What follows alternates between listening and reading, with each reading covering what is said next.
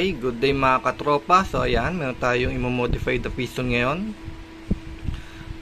Medyo so hindi ko natanda ko anong brand ito, pero yung piston na ito, ayan, katulad siya nung Maple Leaf. So maganda sa piston na to, ayan, may butas siya dito. Tapos dumadaan dyan sa gilid para itulak yung o-ring. So maganda naman ng ito performance. So problema lang yung o-ring niya. Ayan, kung napapansin niyo yung slot, ang nipis. So yung o-ring niya mismo manipis din. May kalimitan ng mga ganitong bolt action, medyo matataas ang FPS niya, persado yan. So madali siyang magasgasan, saka maputol. So kaya ito, dinala sa atin yun, palalagyan ng cap. So i-modify natin itong dulo. First time ko lang mag-modify ng ganitong klaseng piston, no? So may re-recommend ko yung ganitong klaseng piston din. So kahit stock lang yan, matigas kasi yung ano niya, aluminum. T6 din yata ito eh. Hindi siya katulad nung double bell kasi medyo malambot.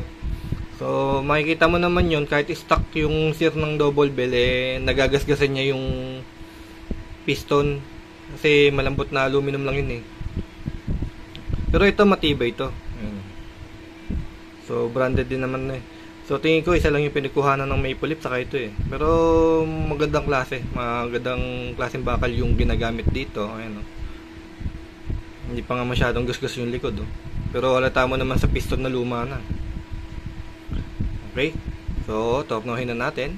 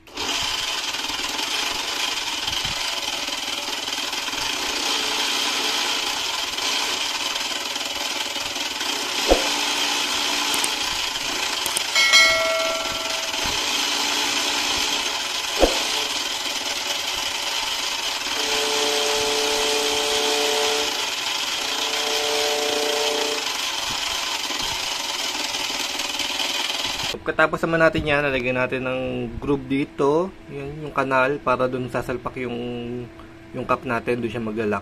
Tapos then finishing na lang, papakintabi na lang natin para matanggal yung mga talas-talas niya sa gilid. So yun, okay, birahin na natin. Okay guys, ayan, tapos na yung ating binomodified na piston. So ayan, mayroon talaga siyang mga kanal dyan, no. So yung kasi yung sa butas dun sa unahan, so dito wala na tayong magagawa dyan. So pero maglalak pa rin yan kasi yan, mayroon pa naman tayong napa-slit na bakal.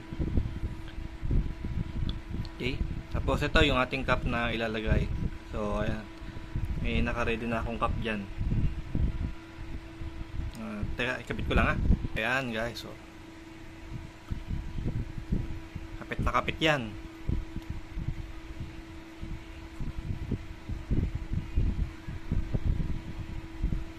So nilalakihan ko talaga yan kasi nga parang siya na yung shock buffer do sa loob ng cylinder. Bali shock absorber siya. Para pagka pumapalo siya, ito yung sasalo ng impact. So kaya makapal yung ginawa ko dyan, para hindi kagad masira. So yun. Okay, so yun, sa mga gusto magpa-modify dyan, dito lang ako sa Gina 3S Cavite. PM na lang kayo sa messenger ko guys ha. So doon na lang tayo mag-usap-usap. Okay? So yun lang guys, salamat sa panonood.